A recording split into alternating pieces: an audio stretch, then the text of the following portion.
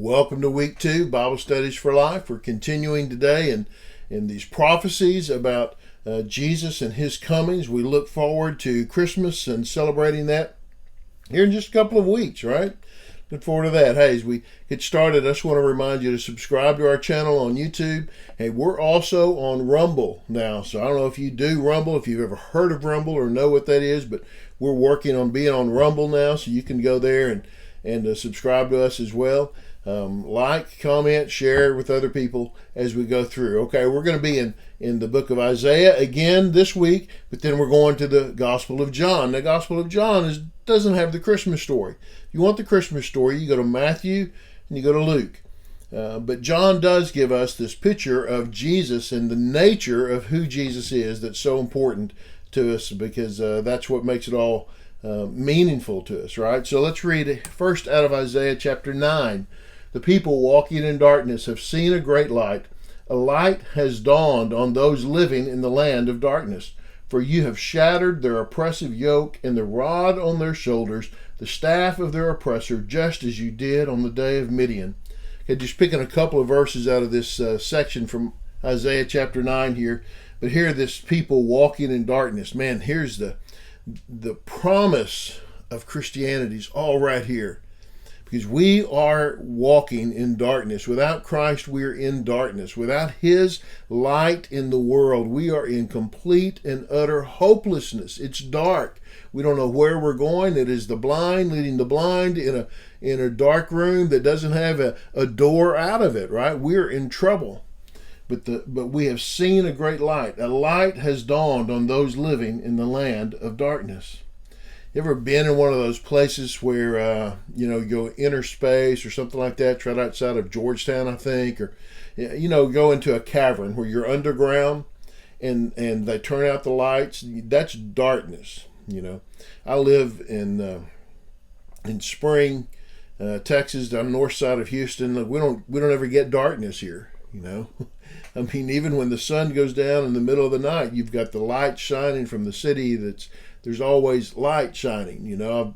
I've been in some places way out in the country where you can get darkness, but even then you've got stars, you've got the moon. I mean, it's darker, but you still have some. But this spiritual darkness is that inner space. It's that cavern darkness where you can't see the hand in front of your face. That's the spiritual darkness that we live in. And when the light shines in that darkness, then we can see, right? Then you realize where you are and what's going on and how to get from one place to the next. He talks about the Lord shattered their oppressive yoke and the rod on their shoulders, the staff of their oppressor, just as you did on the day of Midian. Listen, this is what Christ does. He finds us under an oppressive yoke. He finds us with this rod on our shoulders, with the oppressor's staff over us, and he breaks that, right? He sets us free. This is the work of Christ. We're in darkness, and he brings light into that place. This is the promise of God right here. This is what Christ is about. And I think sometimes we live in if you're a believer and you live in your Christian life long enough, you forget what it's like to be lost. You forget what it's like to have no hope, what it's like to have no way out or no way through. And this is where people are living constantly in darkness. But Christ comes as the light. So now, he says, for a child will be born for us, a son will be given to us, and the government will be on his shoulders. He will be named Wonderful Counselor, Mighty God, Eternal Father, Prince of Peace. Here's the promise. This is it's interesting, in the sense that the child being born is there's hope and new life, right? Look, one of the great things when I was pastoring, we love having babies in church. And, babies cry in church never bothered me at all, because I'd rather be in a church where there were babies that were there and that would cry than be in a church that had no children in it, right? There's hope. There's this sense of life, right? The son will be given. The government will be on his shoulders. Oh, my goodness. The government's going to be on this baby's shoulders. What is that, right? This hope comes in this child, and you have that sense of there's hope, there's life, and yet all that's placed on one, and how horrible that must be. But listen to the names that we get, and you understand that this is not just a normal child, right? Wonderful Counselor, Mighty God, Everlasting or Eternal Father, Prince of Peace. This promise that's given of this child who will come, this son who will be born. This is your answer. This is everything that you've wanted. Here is the way, right? Here is the one who can get you there, the mighty God, the eternal Father, the one who will share the truth with you and will love you no matter what, the Prince of Peace, the one who brings peace into a life that is in turmoil. That's who God is. That's who the Messiah is. This is who Jesus is, right? This is who is coming. This is the promise God gives. This is Christmas.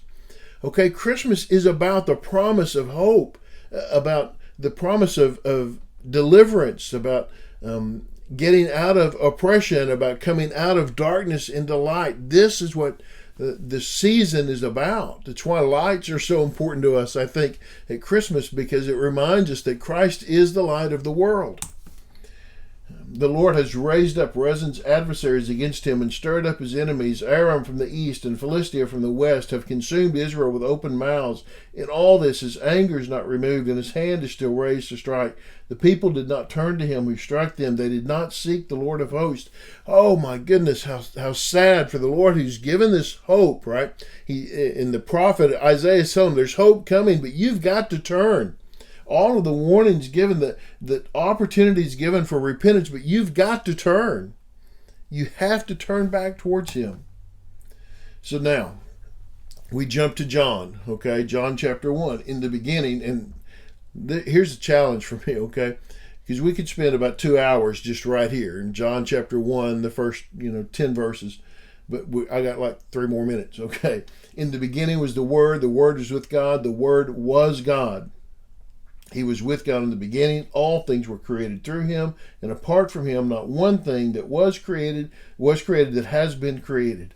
In the beginning was the Word was with God, the Word was God. Clearly, John chapter 1:14, and the Word became flesh and dwelt among us. So this Word is Jesus, right? Here's the John's story of Jesus starts before the birth. In the beginning was the Word. Not in the beginning became the Word. In the beginning was the Word. He has always been. From the beginning, Jesus has always been. So he was before the beginning. In the beginning, he was already there. Okay? And he was with God and was God. The Word was God. This is a clear statement of the deity of Jesus.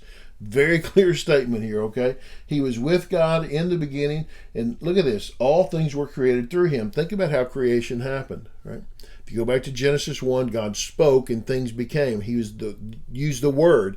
And here he's saying Jesus is the Word. So this logos from God, that's the Greek word for word, the logos of God is Jesus. Jesus is the creator. He is the agent of creation. All things were created through him, and apart from him, not one thing was created that has been created. Jesus, he's clearly saying here, Jesus is the creator. Okay, so when John wrote his gospel, he was making very clear statements to say that Jesus is the one who is from the beginning. He was God in the flesh, not just a great guy, but he is God. We go back here to this prophecy. He is Wonderful Counselor, Mighty God, Eternal Father, Prince of Peace. That's who Jesus is. That's who the Word is, okay? Now, there was a man named John who was sent from God. This is John the Baptist, right? He came as a witness to testify about the light, so that all might believe through him. He was not the light, but he came to testify about the light. The true light who gives light to everyone was coming into the world. Now, we're going all the way back to the first passage that we looked at in Isaiah chapter 9, right? Here, John comes and he gives testimony. He's a witness to testify about the light, so that all might believe through him, that is, through Jesus. John, he says, wasn't the light, but he came to testify about the light, okay? He's very clear about the roles that he has, right? And that the true light who gives light to everyone was coming into the world. Here's who Jesus is. Jesus is the true light. This takes us all the way back here to Isaiah 9. The people walking in darkness have seen a great light. That's who Jesus is. He is the answer to that prophecy, the fulfillment of that prophecy. Jesus is the light of the world. And I want you to notice something about this, because we're going to say this again soon, but the true light who gives light to everyone, not just to Jews, right? Not just to the Jewish nation, but light to everyone. He is coming into the world. He's coming to everyone. He's coming everywhere. Light, that light that shines in darkness does not just shine in the darkness of the Jewish mind. It shines in the darkness of every single person on earth. Every single person can be changed, affected by the light of Christ. This is his promise. This is this. Maybe, to spend some time this week, maybe thinking about the darkness that we see in the world, thinking about the chaos that we see in the world, thinking about people, individuals, and the darkness they live in that causes them to not be able to see things as they are, and what a difference it would make in their lives if they could see the light. If they could see Jesus, right? The light that he would bring. That light shines in the darkness. I hope that helps as you study, prepare, teach this week. Thanks so much for watching. I really do appreciate that. And I hope this has helped you as you go about getting ready for Sunday. All right. Y'all have a great week. God bless you. We'll see you next time.